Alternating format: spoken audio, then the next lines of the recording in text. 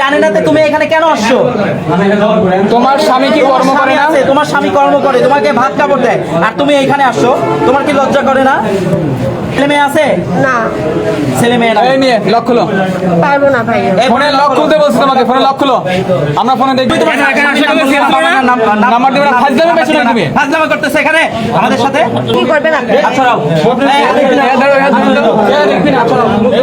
মানে বেশি ফাজলামি করতেছে, মানে আমরা মানে যতটুকু ইয়ে করতেছি বেশি ফাজলামি করতেছে। আচ্ছা রাও, আপনারা এত মুখ দেখবে চাচ্ছেন কি লেগে? মুখ দেখবি না, মুখ তো দেখবি না সবাই। এই রাখো রাখো রাখো, বাদ দাও। আপনারা কি সুন্দর কইছে নাকি? মাশাআল্লাহ ইয়া হাবিবি। আপনি নতুন বাজার থেকে আসছেন না?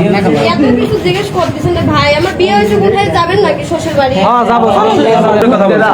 আমি পেটে দাঁড়িয়ে আছি ভাই, আমি একা আছি, কারো দরকার নেই। পেটের দায়ে আসছেন, তা আপনি নিজেই বলছেন আপনার স্বামী আছে, আপনাকে ভাত কাপড় দেয়, তাহলে এই কথা আবার বিয়ে কেন হয়েছে বলছেন? এক মাস ধরে, স্বামী এই সপ্তাহ আমি কাজ আগে থেকে করি। এক মাসে?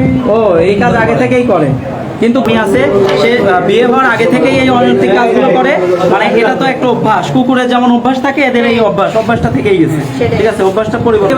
সরকার মেয়েদের দোষ, ছেলেদের দোষ নাই, তাই না? ছেলেদের, আপনি এখানে কেন আসছেন? আমরাও ভালো, সবাই ভালো। যদি আপনি এখানে কেন আপনার কোনোদিন আসছেন? মনে হোটেলে আসেনি নাই এমন না না, এমন কোনো জায়গা না। প্রশাসন আছে, ডিবি আছে, সব আছে, সাংবাদিক আছে, সবই আছে। কোন কোন এখন কারা আছে, আপনারা কোন কি কোন? হেনস্থা করতেছেন তাই? এমন কোনো লোক নাই যে কাজ করতে আসে না।